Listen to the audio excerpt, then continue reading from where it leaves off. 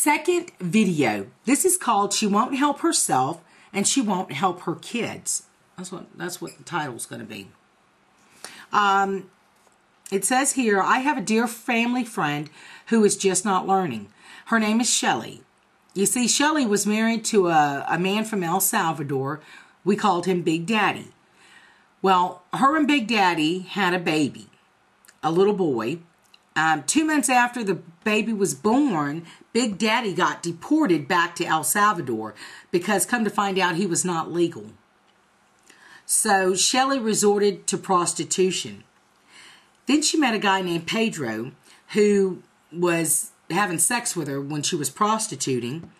But he came back every day, and to make a long story short, they started living together.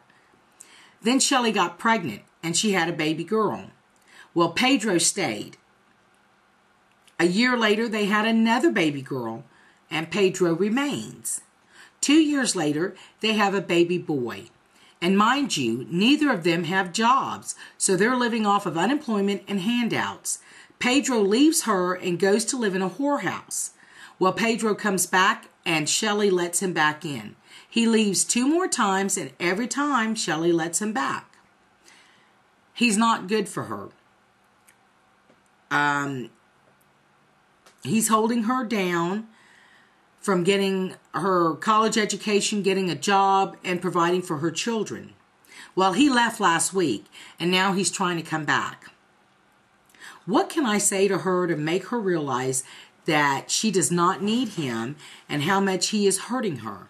She won't help herself, and she won't help those poor kids. What's a concerned friend to do? Stephen? I don't know. He's not the advice giver. I am. So let me tell you this. There's not much that you can say to a woman who... That's what I was going to say. Sure you were. There's not much that you can say to her. She's got to hit rock bottom before she realizes that he is not the one. I know that you're a concerned friend. I've been there. I've had a friend like that. I still do have a friend like that. But Jen. Oh. Jen. Ginger's not. Well, she doesn't have kids, but she does crazy things like bring people over here to this country and stuff like that. But anyways, the thing is that you can't say anything. You can try, you know. Apparently you guys have a pretty good bond, but that bond can be broken when you start saying stuff about the man that she apparently loves, you know. And has 3 kids by. Yeah. So that's something you have to think about. She's got 3 kids by this lowlife who doesn't work, who won't provide for his children. If she can't see that he's no good for her, she's not going to see it right now. And the best thing for you to do is to just stay out of it. Sometimes we have to step back and just let it all slide. We have to. As bad as it hurts, because that is your friend, and I know it hurts, you've got to step away and say, I'm washing my hands of this. You do what you got to do. You know. Prostitution. If she was prostituting to provide for her children, so be it.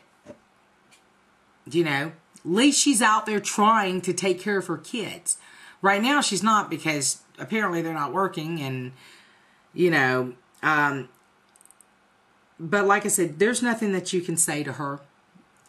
You know, you might step over the boundary and end up losing a friend because of it. So the best thing for you to do is just be there for her when she needs a shoulder to cry on. Right? Mm-hmm. Wouldn't you think? Mm-hmm. But I wouldn't put my 2 cents in unless she absolutely asked me to. If you put your 2 cents in, be prepared. It might not be pretty. Yeah. So. But if you feel you have to say it, you know what I'm saying? Because it's a friend and you know that he's no good for her. Got no job, whoring around, everything. just be prepared. I mean, if you have to put your 2 cents in, she might not like what you have to say, and it might turn ugly. Yeah. So, but a good friend would, I honestly think a good friend would at least let you say what you've got to say. You know? Hey, I don't think it's good for you. I think that, hell, shit, we can do bad by ourselves. We don't need no goddamn man to put us down like that. I know I could do bad by myself. Yeah, you do all that. Do I? Steve's a dumbass. I'm mad at him now because he said, kidding. See, but yeah, I would definitely, Just the hunger. Mm-hmm. I would definitely, maybe just talk to her about, hey, why don't you get yourself together and try to find a job, or maybe even go to college and see how that goes off. Instead of saying, well, you don't need to be with a man, but if it's that important, I'll drop a little dime for you. How about calling the, what's that called? NIS? Is that what it is? On what? For these foreigners that are here illegally. Is it NIS? No. What's it called? I don't know. When they're here illegally, what is it called? And you call this the organization, it's ICE.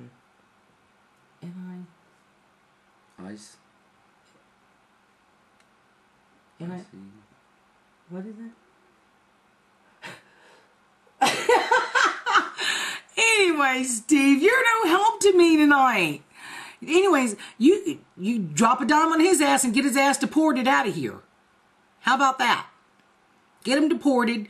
He ain't taking care of his kids anyways. So what good is it to keep him in this country? Have his ass deported. I would drop a dime on him in a heartbeat, and then take my friend under my wing and show her the way. Show her the light. You could always do that. You can turn him in anonymously. I can't think of that organization. Immigration and Naturalization? Yeah. What's the initials for that? I don't know. INS? There you go. You report him to that. Have him deported. She won't have to worry about him coming back. And you take her under your wing. I don't mean take into your home and shit, but just take her under the wing and, you know, maybe talk to her about getting a real job to help support her kids, getting her on assistance with the state, you know. Yeah. Great idea, Liz. How about reporting his ass and having him deported? It's all good because he's not taking care of his kids anyway, so he's not doing anybody any good. Well, keep me informed on what happens. I hope that you guys have a really good friendship, that, you know, you can step in and actually talk to her about this.